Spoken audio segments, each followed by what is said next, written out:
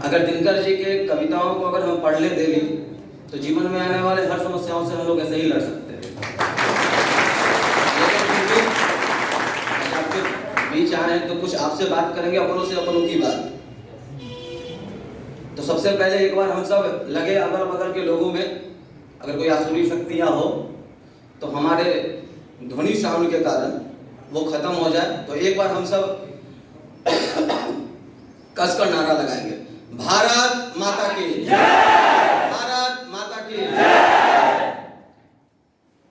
आइए हम सब कुछ महामंत्र का एक साथ उच्चारण करें। इस महामंत्र को जब हमें कोई पहली बार बताया कि गायत्री मंत्र करने के लिए, तो हम साइंस का स्टूडेंट रहे हैं शुरू से ही, तो हमने उनसे पूछा कि इसके पीछे विज्ञान क्या है। क्योंकि मुझे याद है कि जब हम 8 या 9 में पढ़ाई करते थे, उस समय डॉक्टर APJ अब्दुल कलाम आजाद जी पटना में आए थे। तो उनके उस सेमिनार में वो जब भी पटना आते थे तो क्षेत्रों के बहुत सारे बच्चों को बुलाया करते थे जो स्कूलों में पढ़ते थे। तो उस समय की टीम में हम भी गए थे। तो मैंने उनसे एक प्रश्न पूछा था कि sir, who is the first scientist of this world? तो उनकी हिंदी नहीं आती थी, तो उन्होंने सिंपल सा बोला, you are the first scientist of this world. तो मैंने पूछा हाउ? तो उन्होंने पूछा कि साइंटिस्ट कहते किसको? साइंटिस्ट और एक आम आदमी में अंतर क्या होता है? साइंटिस्ट वो होता है जो किसी चीजों के देखने के बाद उसके मन में क्वेश्चन मार्क आता है। जिस व्यक्ति के अंदर, और सबसे, अगर आप कह सकते हैं कि अगर सबसे बड़ा साइंटिस्ट कोई होता है, एक छोटा सा बच्चा होता है। एक छोटे से बच्चे हर चीजों को देखने के बाद वो प्रश्न करता है अपने पेरेंट्स से कि ये चीज क्यों हो रहा है, ये कैसे होता है, तो उनके अंदर प्रश्न उठ रहा है। तो ये जो गायत्री मंत्र था, जो किसी ने हमें बताया, तो हमने पूछा उनसे कि गायत्री मंत्र क्यों करना चाहिए, इसके पीछे मकसद क्या है? तो उन्होंने कहा, आप लोग स्टूडेंट हैं, सब लोग जानते होंगे, इस धरती का सबसे बड़ा सोर्स ऑफ एनर्जी सूर्य, और सूर्य जो है, और जो गायत्री मंत्र है वो सूर्य की मंत्र है। और गायत्री मंत्र 24 अक्षरों से मिलकर बना है, और सूर्य से निकलने वाले ऐसी 24 कॉस्मिक किरणें हैं। जब हम ध्यान के क्रम में बैठते हैं, मेडिटेशन करने के लिए बैठते हैं, तो यहाँ एक मैग्नेटिक पावर होता है जिसको आप लोग तीसरी आंख करते हैं। जब आप ध्यान के क्रम में बैठते हैं तो ये मैग्नेटिक पावर उस सूर्य की कॉस्मिक एनर्जी को अपनी ओर अट्रैक्ट करता है, और जहां आप सीखा रखा करते हैं वहां एक ड्यूसी न्यूरॉन्स होता है जिसमें से न्यूरो हार्मोन्स का सिक्रेशन होता है जब आप मेडिटेशन करते हैं तो।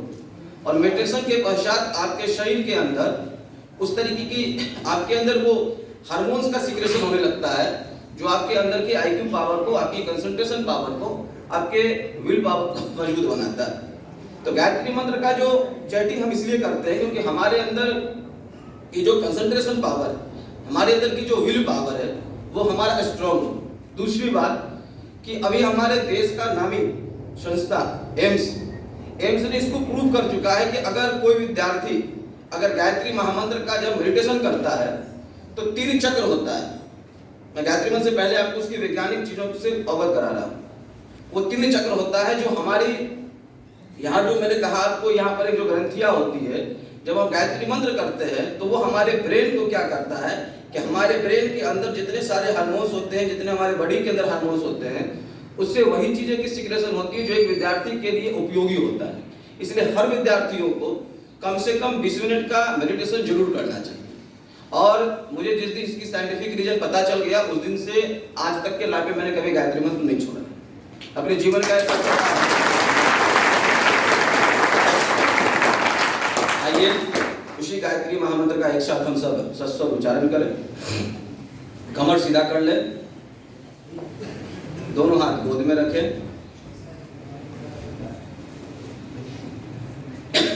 कमर सीधा रखेंगे क्योंकि हमारा स्पाइनल कोड सही होना चाहिए। एक साथ गायत्री महामंत्र का उच्चारण करेंगे। भावना एक ही करेंगे कि हम सबकी बुद्धि सन्मान की ओर प्रेरित हो। उस परमात्मा से एक ही प्रार्थना, जो भी आपके इष्ट है उनसे एक ही प्रार्थना कि आज हम सब एक साथ इस बेगूसराय के धरती पर बैठे हैं, इस गायत्री शक्तिपीठ के प्रांगण में बैठे हैं, तो एक ही प्रार्थना उस परमात्मा से कि हम सबका आज का यहाँ बैठना हम सबके जीवन के लिए सार्थक हो, हम सबके जीवन के लिए कुछ नए मोटिवेशन के रूप में आए कि हम सब अपने जीवन के मकसद को पूरा कर पाए। आइए खुशी भाव के साथ गायत्री महामंत्र का सस्वर उच्चारण करें।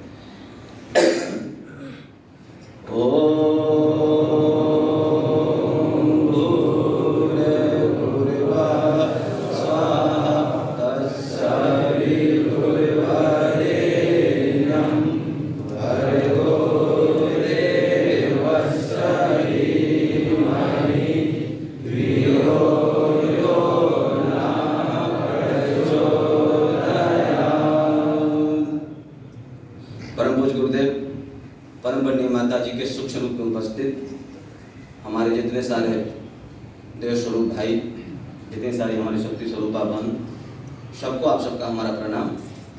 इस कार्यक्रम में आप सबका स्वागत है। सबसे पहला प्रश्न आपके मन में उठा होगा इस कार्यक्रम में आने से पहले कि आखिर मुझे वहां जाने पर मिलेगा, क्योंकि हम सब बिहार के लोग हैं और कोई भी काम बिना स्वार्थ का नहीं करते। अगर कहीं जाते हैं तो उसके पीछे एक स्वार्थ बुद्धि तो होती ही है कि हमको मिलेगा क्या, वहां जाने के बाद क्या लेकर आएंगे। तो मैं अपने तरफ से आपको आश्वासन दिलाते हैं कि आने वाले 1 घंटा आपके लिए बहुत कुछ आपको मिलने वाला है, बहुत कुछ आपको सीखने को भी मिलेगा। और वो कोई किताबी ज्ञान के द्वारा आपको नहीं बताएंगे, रियल लाइफ का एक एक्सपीरियंस है, वो आपके साथ शेयर करेंगे। जब आप यहाँ चले होंगे अपने लॉज से, अपने रूम से निकलकर, तो बहुत सारे जो आपके लॉज के आपके आसपास के बुद्धिजीवी होंगे, या यहाँ से आप जाएंगे तो आपसे पूछेंगे वो महानुभाव कि कहाँ गए थे। तो आप अगर बोल दिए कि गायत्री मंदिर गए थे, तो सबसे पहले 10 लोगों के बीच में आपका मजाक उड़ा है, क्योंकि आज जो हमारा ये अध्यात्म है ना, वो मात्र एक पूजा पाठ बनकर रह गया है। हम सिर्फ यही समझ रखे हैं कि ये भगवान के सामने अगरबत्ती दिखाना, लड्डू दिखाना, यही हमारी अध्यात्म है। मुझे एक संस्मरण याद आ रहा है और सच्ची संस्मरण है। जब मैं कॉलेज लाइफ में था तो हमारा एक सीनियर था, राहुल नाम था उसका। अभी वो 5 दिन पहले यूएसए में उसका चयन हुआ है वो लेक्चरर के रूप में। तो उसको आईआईटी में जाने का आइडिया हो भी जाता है तो लोगों को एक अपनी अहंकार आ जाती है, स्वाभिमान आ जाता है, तो किसी को नहीं पूछता है, वो अपने आप को सर्वे सर्वा समझता है। और वो भी अपने क्लास का टॉपर रहा था। उसको अध्यात्म के बारे में जब भी कोई बातें बताया जाता था तो वो इसको समझता था नहीं ये पीछे का चीज है, उसको एक्सेप्ट नहीं करता था। एक बार वो इसरो में गया हुआ था किसी ट्रेनिंग के पीरियड में, तो कल से उसकी ट्रेनिंग थी, शाम में पहुंच गया था। तो समुद्र के किनारे वो टहल रहा था।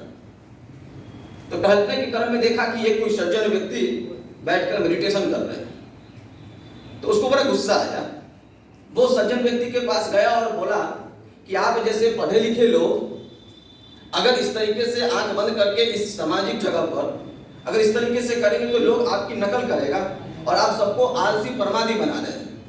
लेकिन वो जो व्यक्ति था वो उसकी बातों में प्रभाव नहीं आया, वो आंखें बंद करके मेडिटेशन करते रहे। वो लड़का कहा यार ये तो बात ही नहीं मानता, आंख भी नहीं खोल रहा।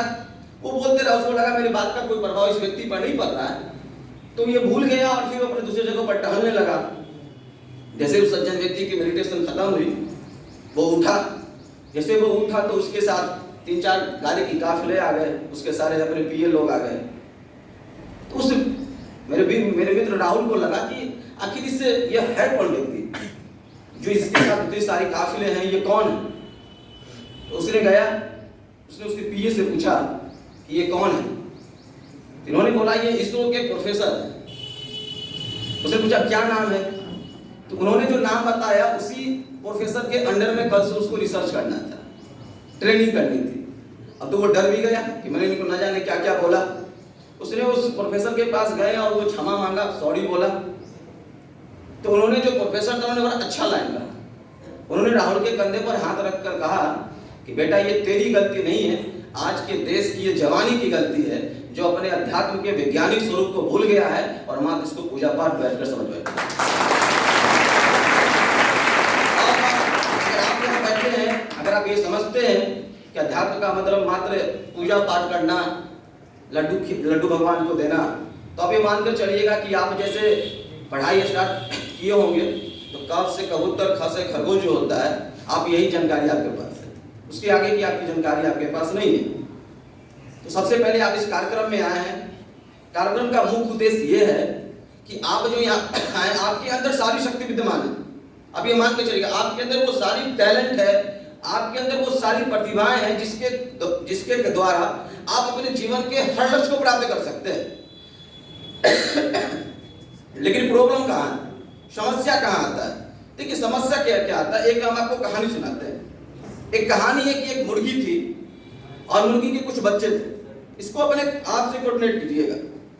हमारे साथ, आपके साथ, सबके साथ यही होता है। जब हम किसी लक्ष्य को लेकर आगे बढ़ते हैं, जब आप किसी कंपटीशन की तैयारी करते हैं या जब आप किसी क्लास में पढ़ रहे होते हैं, तो आपके साथ इस तरीके का सिचुएशन घटता है। एक मुर्गी थी और मुर्गी के बच्चे थे। वो जंगल में दाना चुगने जाया करती थी एक पेड़ के नीचे।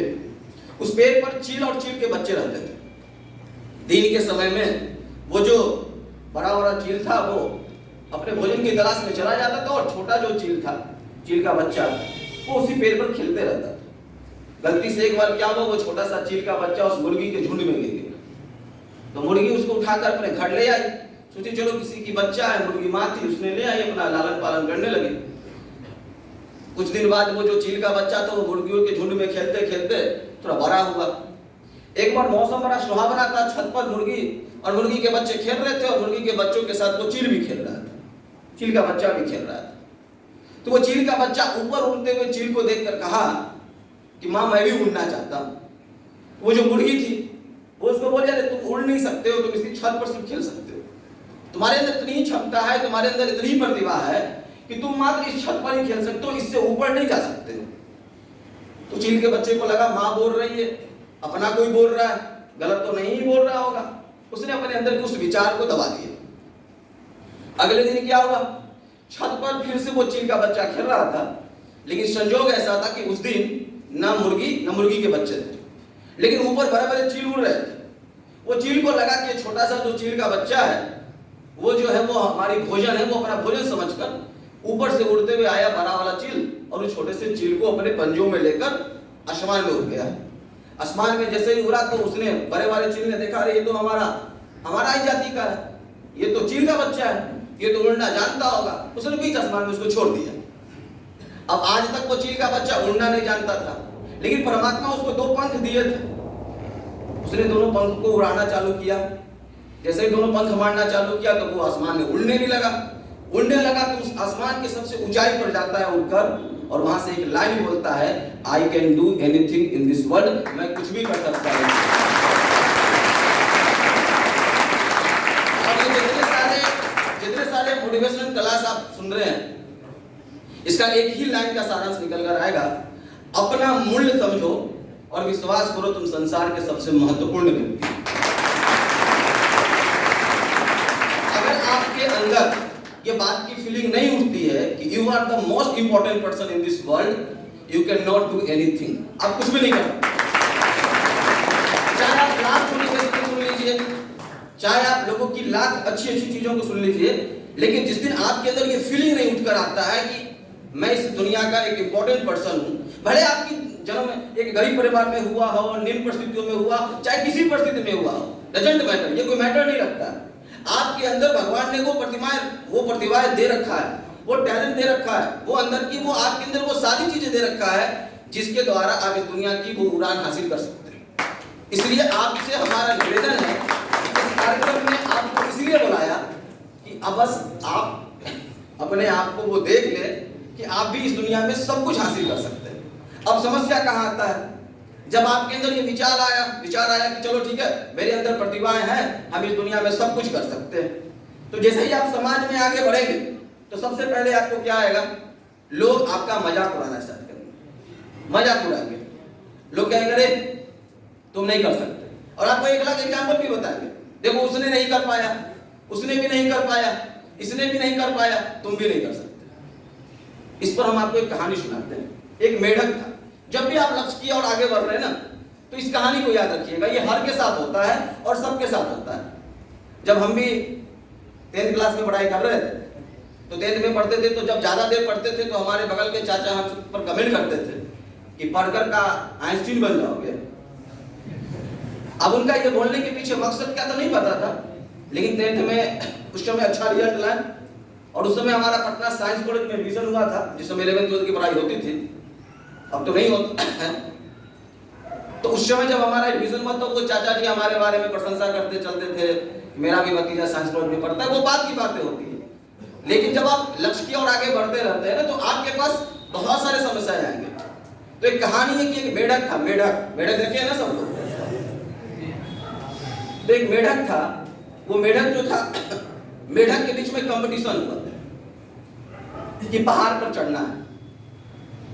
तो 10 मेढक तैयार हुआ, चलो पहाड़ पर चढ़ेंगे। पहाड़ एकदम सीधा था, चढ़ने लगा, सारे भीड़ जुड़ गए।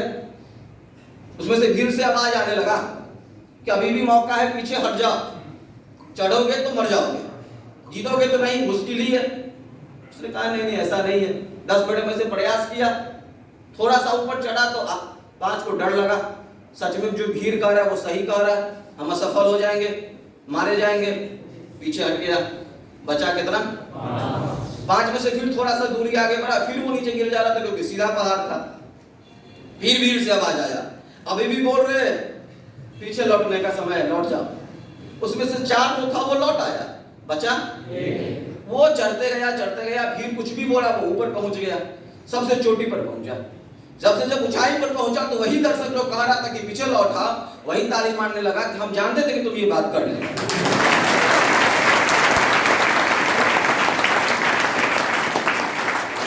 तो उस मेढक से आज तक चैनल वाला आया और पूछा उनसे कि सर मेढक जी, आप इस पहाड़ पर कैसे चढ़ गए? इसका आपका सफलता का रहस्य क्या है? हम लोग की सफलता के रहस्य के लिए आए हैं। उसने कहा कि सर हम जो है वो बहरा है। कुछ अच्छा तो जो ये लोग बोल रहा था इसका कोई हम सुन ही नहीं रहे थे। हम तो एक ही जुनून में लगे थे कि बस हमको चढ़ना है, चाहे लाख बार गिरे चढ़ना है, और चढ़ गए। इसके पीछे और कुछ नहीं था।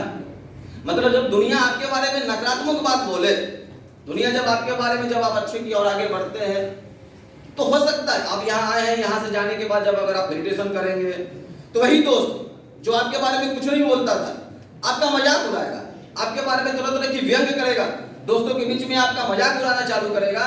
तो आप बस ये समझ जाइएगा कि आप सफलता के रास्ता की तरफ आगे बढ़ चुके हैं। तो देखिए, एक बात याद करिए, अपने बचपन को याद कीजिए। आप बचपन में पत्थर किस पर चलाते थे? जब स्कूल से लौटते होंगे, अभी तो बड़े हो गए हैं, तो बच्चे जब छोटे से स्कूल से लौटते थे, सरकारी स्कूलों से, तो याद कीजिए उस बचपन को पत्थर किस पर चलाते थे? नीम के पेड़ पर कि आम के पेड़? नीम पर कोई चलाया है?